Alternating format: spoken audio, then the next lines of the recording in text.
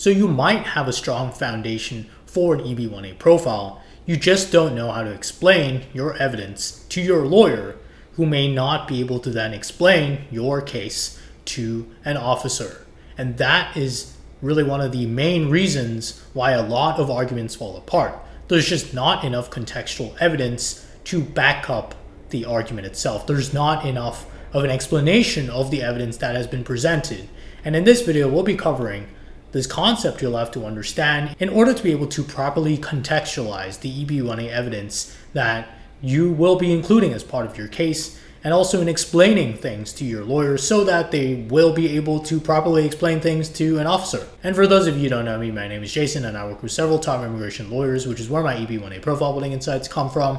I also run a paid newsletter for $12 per month, through which you can get access to my newsletter resources, which includes a profile building opportunities database that lists over 400 opportunities categorized by field and criteria. You will also get access to my private group where members have been able to find co-authors for papers and articles, have been able to find opportunities shared by other members, and have also been able to find collaborators in general for profile building. You will also get access to upcoming virtual events with top immigration lawyers where you can ask them questions about EB1A, and they will be able to share insights based on actual adjudications and actual experience handling lots of EB1A cases, not just on anecdotes or a single data point. And if you're interested in these resources, check out the link in the comments. But going back to the video, how do you properly contextualize EB1A evidence? How do you think about the evidence that you want to present?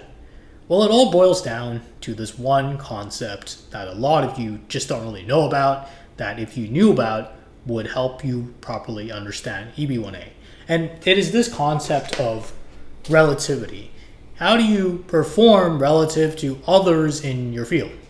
So let's take this concept of impact. Now, without any sort of comparison framework, impact on its own, you could claim as a high level of impact. You've had a high level of impact in your field, but what does this actually mean? What does it mean to have a high level of impact in your field relative to others? Because what you're really trying to show is that you've risen to the top of your field. So let's say this is your field, and you are here. Well, honestly, everyone's down there. Like, you're showing that you've risen to the top of your field, and you're amongst these few people who are at the top of your field. To do that, you need to show that your evidence paints a picture of how you perform relatively better than everyone else in your field, that you've made a lot more impact, that you have a level of expertise that is relatively greater than the levels of expertise of others in your field, that you have a lot more acclaim. You've gotten recognized more than everyone else in your field, and you're up there and you're not down there, really. It's a blunt way of putting it, but what you have to show is that every piece of evidence paints this picture of you being at the top of your field and everyone else not being at the top of their field, or they might be very top, but you are more top than them, if that makes sense. That's what you have to be showing as part of EB1A.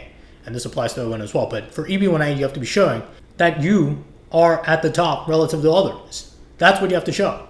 So with that in mind, all this evidence that you'll be collecting will start to make sense. And every piece of evidence you collect should help advance this picture for an officer. And in their mind, they should be seeing you as at the top of your field relative to others in your field. And for that to make sense, you have to be able to create an environment for them to compare you to others. You have to be able to explain this environment. What is this environment? What is this context that a layperson should be accepting, should be understanding, in order to be able to accept then the argument that you have made about how you are relatively more of an expert, have more impact, have more acclaim than others in your field.